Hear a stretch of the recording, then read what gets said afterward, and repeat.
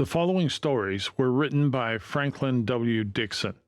They are currently in the public domain and are archived in the Gutenberg Project at gutenberg.org. The Hardy Boys, read by Rob Young. Hello, this is Rob. Just a reminder, if you enjoy my stories, please give them a thumbs up and consider subscribing. It really helps the channel get discovered. Thank you. The Hardy Boys, The House on the Cliff. Recap of Chapter 4. The Hardy Boys, Joe, Frank, and friends Chet Morton, Biff Hooper, and Jerry Gilroy, were exploring the haunted Palooka house when they are trapped in a locked hallway. Without warning, the ceiling begins to collapse. The boys manage to escape through a boarded-up window, collect their bikes from the shed, and ride out of the grounds, followed by the sounds of extended hysterical laughter. On the way home, Frank's bike develops problems, which they stop to fix, but discover that their tools are missing from their bikes, taken while they are exploring the old house. Chet Morton still has his tools, so Frank repairs his bike, and they start home. The friends part company, taking different routes home. The Hardy brothers follow a shortcut which leads down to the shoreline of the bay. They notice two boats out in the bay that look like they are racing, but it appears to become a chase. Then one boat suddenly fires a rifle at the lead boat. The lead boat heads towards the shore, but eventually explodes, throwing the occupant into the water. The Hardy Boys realize the single occupant is alive, but in trouble, and floundering in the water. The boys leap into action and rush to help the stranger. End of recap, Chapter 4. The Hardy Boys, Chapter 5, The Rescue. The Hardy Boys knew that they had no time to lose. It was evident from the struggles of the man in the water that he was not an expert swimmer.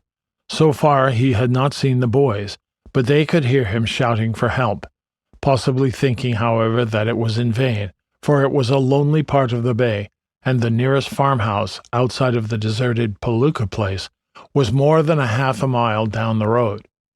"Quick!" shouted Frank. "I see a rowboat up on the shore." His eyes had discerned a small boat, almost hidden in a little cove some distance away, at the bottom of a steep declivity that was the beginning of the cliff. It could not be reached by going along the shore, and the boys saw that they would have to go along the high ground and then descend to it, for a huge rock that jutted out of the deep water cut the cove off from the more open part of the beach. They left their motorcycles on the side of the road and hurried back up the slope, then cut down across a narrow strip of weeds and grass until they came to the top of the declivity. They could still see the victim of the explosion, struggling in the waves. The man had seized a piece of wreckage and was able to remain afloat, but the boys knew it was only a matter of time before his strength would give out. "Looks to be almost in," remarked Frank. "I wonder if he's anybody we know," came from his brother. "It isn't likely." Frank reached out suddenly and caught hold of Joe's arms. "Look out there, or you may break a leg." "It certainly is mighty slippery," answered Joe, as he managed to regain his footings. He had come close to going heels over head on the rocks.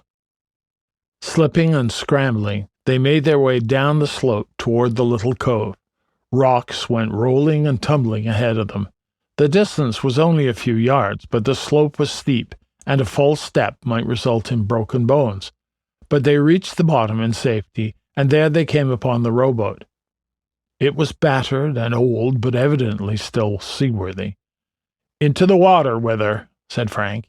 They seized the boat, and the keel grated on the shingle as the little craft was launched. Swiftly they fixed the oars in the locks, and then they scrambled into their places. They began to row with strong, steady strokes out toward the man in the bay. He had seen them and was now shouting to them to hurry. "He'd be better off if he kept quiet," Joe said. "He's only wasting his strength." Evidently, this thought occurred to the victim of the wreck, or else he was becoming weaker, for his cries died away, and the boys could not hear him again. Frank thought he may have gone beneath the waves, and he cast a quick look around, but the fellow was still in view, clinging desperately to his bit of wreckage. The motorboat in the background was still blazing fiercely. Flames were shooting high in the air, and the craft was plainly doomed. A great pillar of smoke was rolling into the sky from the burning boat. As for the other motorboat, Frank could hear the roar of its exhaust as it continued its flight out into the bay. For a while he could see its dim shape when he turned around once in a while, but then the fleeing boat disappeared into the mists and the gloom. The boys exerted all their strength, and the little rowboat fairly leapt over the waves. Both were good oarsmen, and it was not long before they had drawn close to the man in the water. But it looked as though they would be too late. When they were only a few yards away, Frank looked around to shout encouragement to the victim of the wreck. Even as he looked, he saw the man wearily give up his grasp on the piece of wreckage to which he had been clinging. Frank had a glimpse of the white face and the despairing eyes, and then the man sank slowly beneath the waves. "He's drowning, Joe!" shouted Frank as he bent to his oar again. With a mighty effort, they brought the boat close to the place where the man had gone down. Frank leapt to the side of the boat and peered down into the depths. He began taking off his coat, preparatory to diving to the rescue. Then the fellow came to the surface again, gasping for breath, but so weak that he could scarcely make a struggle. He emerged from the water right beside the boat, and Frank leaped over, grasping him by the hair. This sufficed to prevent the man from sinking for the second time, and Frank managed to get a grip on the collar of his coat. Then, with Joe helping, and in imminent danger of upsetting the boat, he managed to drag the stranger to the side of the craft.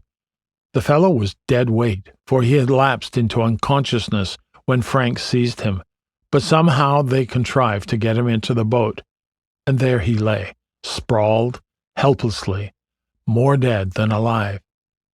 "We'd better get him to shelter someplace and revive him," said Joe. "We can't do much for him here." "How about that farmhouse down the bay? The very place. Where is it?" They finally located the farmhouse, a snug little building back off the main road, some distance down the bay. It meant considerable rowing, but there was a life at stake. The blazing motorboat nearby was a roaring mass of flames. Then it began to sink beneath the waves. There was a great hissing sound and a heavy cloud of steam as the craft sank lower and lower into the water. Its blazing embers blackened to the touch of the sea. Swiftly at last the boat disappeared. Its stern seemed to hesitate for a moment, and then it slid quickly down into the waves, and the only trace was a widening pool of oil and scattered wreckage on the surface of the water. But the Hardy Boys were too busy to give more than a passing notice to the spectacle. Their immediate problem was to get the stranger under shelter. Frank decided that there was no necessity for first aid. The man had been conscious when he rose from the water the first time, so there could not be much water in his lungs. He had simply given in to the exhaustion and fatigue resulting from his long struggle in the waves. They headed the boat down the bay in a direct line with a little farmhouse, which they could see nestled among the trees. They had already spent much energy in rowing out to the rescue of the stranger, but they fell to the new task with a will. Rowing with machine-like precision, they felt the little boat respond to every effort, and it fairly leapt along. This time they had the wind and the waves with them, and they made good time. The man they had rescued lay face downward on the bottom of the boat. He was a slim, black-haired fellow.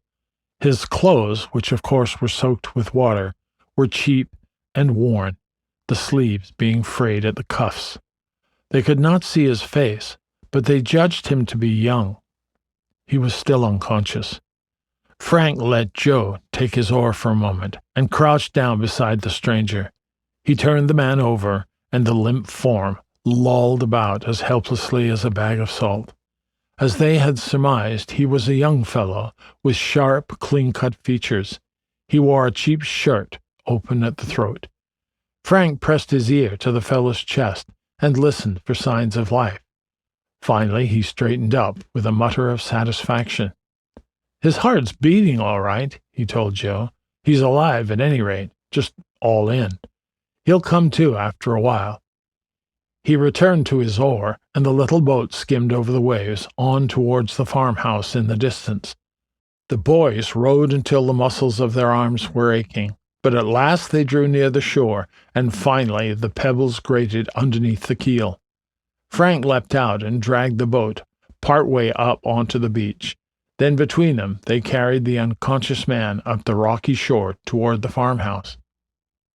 They found a path that led through a field up to the back door of the house, and although their burden was heavy, they managed to carry the still figure, limp and motionless, across the field.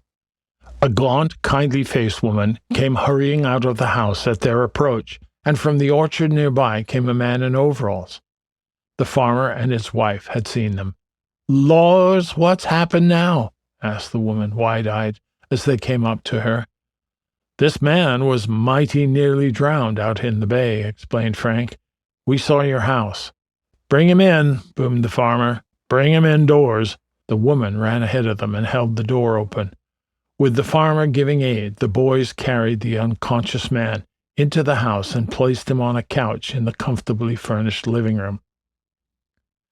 The farmer's wife glanced dubiously at the stream of water that dripped from the victim's clothes, for she was a tidy soul and she had just scrubbed the floor that morning. But her better nature overcame her housewifely instincts, and she hastened out to the kitchen to prepare a hot drink. "Best rub his hands," suggested the farmer. He was a burly man with a black beard. "It'll bring the blood back to his cheeks. One of you take off his boots, and we'll wrap his feet up in warm flannels."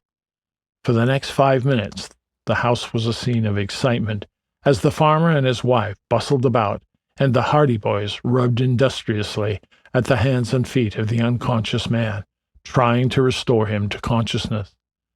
At last, there was a sign of reviving life. The man on the couch stirred feebly. His eyelids fluttered, his lips moved, but no words came. Then the eyes opened, and the man stared at them as though in a daze. "Where am I?" he muttered faintly. "You're safe," Frank assured him. "You're with friends." "Pretty near cashed it in, didn't I?" "Yes, you pretty nearly drowned, but you're all right now." "It was Snackley," said the stranger, as though talking to himself. "Snackley got me. The rat." End of chapter 5. Hello again. I hope you are enjoying these adventures with the Hardy Boys, Joe and Frank and their friends. Check back often, as I will have another chapter very soon.